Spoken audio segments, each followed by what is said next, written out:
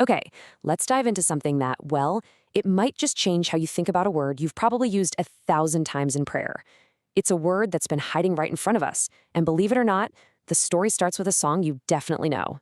Yeah, you know this one, right? Maybe you've even sung it with your hands in the air. It's a powerful line. You are the Lord. That is your name. I mean, it sounds so certain, so definitive. It feels right, doesn't it? But what if that feeling is based on a misunderstanding? What if the whole idea of that lyric, the core of it, is just wrong? What if the word we all use as a name isn't a name at all? And that's it right there. The simple, kind of shocking truth is Lord is not a name, it's a title. Just a title, like Doctor or Mister. And once you get that, I'm telling you, you'll start to see it absolutely everywhere. I mean, think about it for a second. In a courtroom, what does a lawyer call the judge? My lord. A worshiper of the ancient god Baal? They'd call him lord. Back in the day, a wife might call her husband my lord. We're talking kings, landlords, even folks in the British Parliament.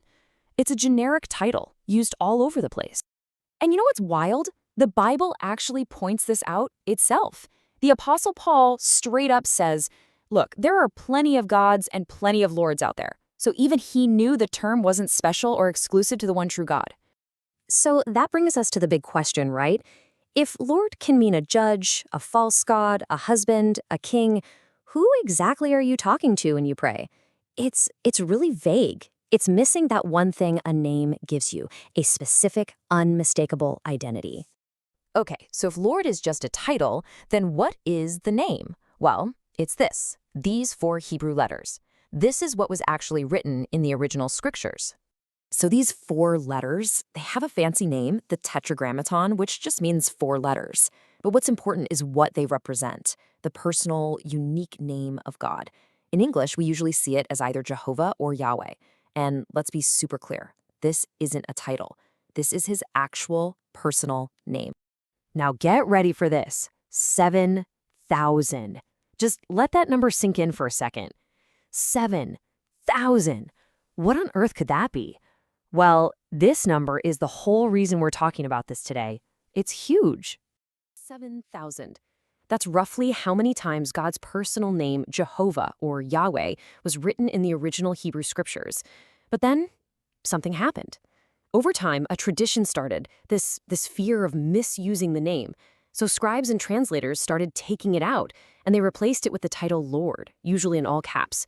And just like that, the most personal name in the entire Bible was basically erased, hidden away from pretty much everyone. Okay, to really get this, imagine this. What if nobody ever called you by your name? Like ever. For your whole life, people just called you human. Hey human, how's it going? It's completely impersonal, right? It strips away everything that makes you, you. Well, that's pretty much exactly what happened to God's name. And that's really the heart of it all.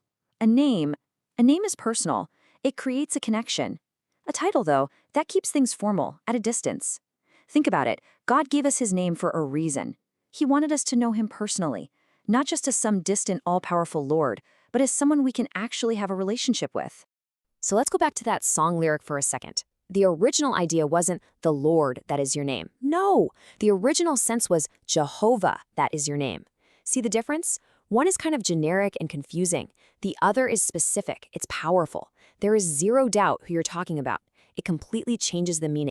So where do you go from here? Look, don't just take my word for any of this.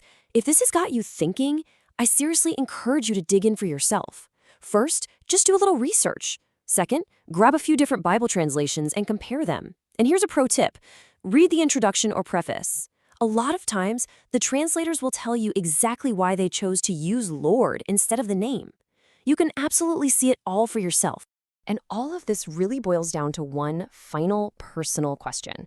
This isn't about what tradition says or what everyone else does. This is just for you. So here it is. Now that you know God's personal name, would you use it?